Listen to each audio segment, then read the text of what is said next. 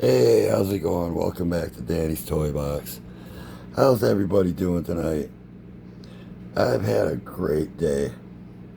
Karen and I took our grandson out to the zoo, stayed out there several hours. We all come home a bit sunburned, a lot exhausted, but we had a great day.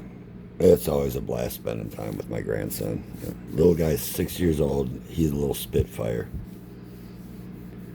Well, I've actually had all of this still set up since last week's video. And last week's video, I think I explained, I screwed up in one part of it, and it was too much of it to edit without losing a big chunk of the story. And I've been too busy during the week, but this is the weekend, and had a great day with my grandson. Karen's passed out already. She conked out probably a half hour, 45 minutes after we got home. Excuse me. But it's been a good day. It's been a great day. And we'll get back to the scene here. I still have some story to tell on this. Like I said, I did it once, either Saturday night or Sunday night of last weekend, but it got screwed up. And I've had some pretty positive responses to it, so I figured I'd keep going. And tell you the truth, I really dig doing these things. I don't have like a high-tech way to do it. It's all by hand and all that, but I think that kind of makes it a little bit more fun. Well, where we left our story off is, as you can see here, Buzzer, Torch, and Nagahide are just sitting out in front of the Dreadnok lair, drinking, eating, drinking some more. And you got Zartan, Xandar, and Zorana's bikes set out front. They're inside having a conference. Ripper just walked in the building just before the scene starts with his new Tasmanian devil that Nagahide gave him.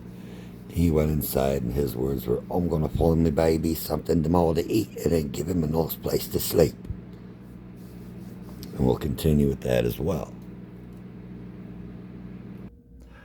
Our story picks up in here where Zartan, Xandar, and Zorana are in conference about the new mission that Cobra Commander has assigned to them. And that is where we will pick up the story. Well, brother, sister, now that you've heard the objective and the plan to achieve it, do you have anything to add? Questions? Suggestions? Criticisms? Xandar pauses for a moment. The objective is truly a great test for our talents, and I see no flaws in your plan. What of you, Zorana? What of me what? You're part of the plan. Is it agreeable to you? A fair question, Xandar. Well, sister, are you agreed to the plan and the part you shall play in it? Are you kidding? All I gotta do is work me way into the bedroom of one of the richest men in the United States, have a bit of a snog, knock his ass out, and steal all of his shit. Now I have a question for you, Zoltan. By all means, ask. Why are we standing around talking when we've got a job to do? And so, with a gentle shove, or at least gentler than she would have given to any of the Dreadnoks, Zorana is out the door and headed for her motorcycle. This one should be fun, brother, Xandar says to Zartan. Indeed, Zartan responds. After you, brother. And Xandar and Zartan turn to exit the headquarters. Good times indeed, Zartan chuckles as they leave the door. And now the scene shifts back out to the front of the building as Xandar and Zartan are walking towards their bikes. Zarana's already on hers, stowing away her rifle and chomping at the bit to get going. Dreadnoks, listen up. The three Dreadnoks present immediately turn their heads to Zartan to listen. Total obedience. I have your attention? Good. Wait. Where is Ripper? Oh, he's inside Zartan, Torch responds, spilling liquor all over. Doing what? Nogahide brought him a new pet, Zartan. A what? Oh, yes, Zartan. A Cobra commander had me remove this Tasmanian devil from one of their meeting places, and he told me to give it to Ripper. Yes, that does sound like something the commander would do. The rest of you can fill him in when he shows up. The three of us are off to New York for our mission. We'll be incommunicado for at least 2 weeks. Until I get back, Buzzer, you're in charge. And Torch. Yes, Zartan. Try not to burn the building down. Oh, I will try, Zartan. I will try really hard. The best I can hope for. Oi, hey, Xandar. What is it, Torch? Where'd you get the new motorcycle? This thing? I found it chained to a stoplight pole in New York City. Chained, do you believe that? Just chained right out on the street? Precisely.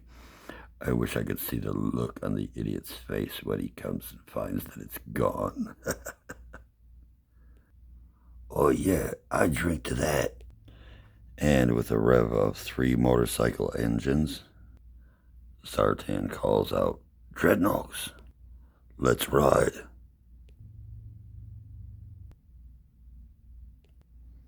Just imagine motorcycle sound effects here.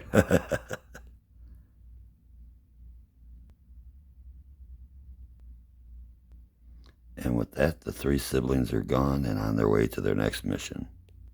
So, Nogahide, what's that, mate? How long you figure Ripper can keep that thing alive? Very hard to say, mate, very hard to say. Tasmanian devils are pretty good survivors, and if he keeps the thing fed, yeah, I think he might last a while, unless Serrano shoots him. Good point, mate, good point. I mean, this is Ripper we're talking about here. Drop me bloody bottle again. Speaking of the Tasmanian Dreadnok. All right, little mate, all right, yeah, you're good. We're gonna get you something to eat right here. You see, if the big guy can leave the bowls of food for his cats on our table, well, I figure that you can have some of it too. Go on, mate, have a bit. Just save a little bit for old Ripper, okay?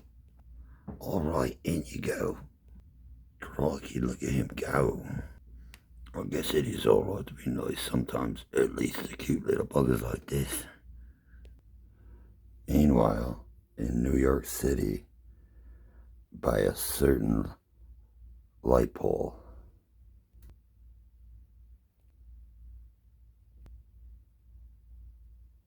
What the hell? You gotta be shitting me. This is all that's left besides that turn light that just washed down the drain.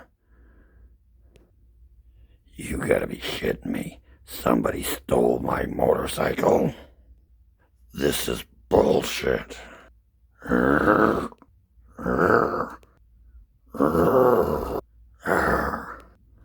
Losing his temper, Wolverine unsheathes his claws and slashes out at the street sign. Wolverine snaps back to his senses. He looks at the destroyed pole, realizing he lost his temper again. Oops. Calming himself, Wolverine sheathes his claws and looks down at the chain in his hand. All right, I got you. And if I got you, I can find the asshole who stole my bike. Logan brings the chain up to his nose and takes a big sniff. I got your scent now, asshole. I can find you across the planet. Which right now sounds like a really good idea. Not to mention getting the hell out of here before the cops show up. And so Wolverine turns to run off into the night to begin the hunt for the man who stole his motorcycle. And as he runs off, he wraps the motorcycle chain. Sorry about that. And as he runs off, he wraps the motorcycle chain around his wrist, planning on giving it to the man who stole his bike. In one way or another, he's thinking creatively tonight. Okay, folks, and I'm gonna leave the story right here for the time being. Little something extra to add into the Dreadnok story to make things a little more interesting.